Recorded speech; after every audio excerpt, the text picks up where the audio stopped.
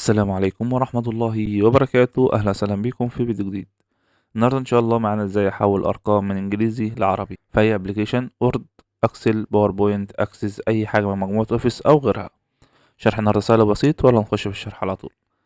معانا أبليكيشن مثلا زي الوورد أهو. 2 كليك هنفتح بلانك دوكومنت، اللي هي أساسا ورقة فاضية، يعني لو اللي عندك عربي. دلوقتي أنا جيت أكتب أي أرقام، تمام، زي ما أنت شايف كده أي أرقام كله إنجليزي. تمام، هنا التنسيق زي ما انت شايف من فوق كده التنسيق عربي، وانا الكلام كله انجليزي. هعمل ايه؟ انا هشرح شرح يكون لكل الاجهزه او معظم الويندوزات، يعني عشان يكون الويندوزات كلها مظبوطه، مش ويندوز 11 بس. هروح للسيرش من تحت كده، اشوف السيرش بتاعي فين. انا عندي ايه؟ ايقونه السيرش، اذا كان ويندوز 10 او 11، او حتى عندك في الويندوز 7 هتدوس هنا على علامه الويندوز، وبعد كده هتلاقي السيرش ظهر معاك في الجنب هنا. هاجي هنا اكتب مثلا كنترول،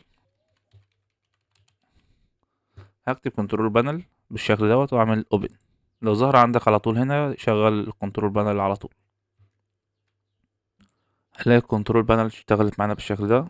اروح على حاجه اسمها كلوك اند ريجون، بعد كده هنا اعمل change date and time اللي هي بالازرق اللي تحت دي. هنا لو مش عندك Arabic Egypt خليها عربي Egypt، اللي هي عربي يعني مصر. وبعد كده اهم حاجه عندي اللي هنا administrative بالشكل ده. هنا هاجي هنا هلاقي current language for non encode program، هتلاقي English. هي ديت اللي بتخلي الارقام اجنبي.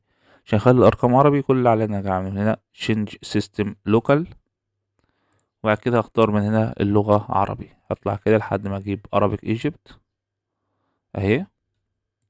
تمام، هتأكد بكده، دوس اوكي.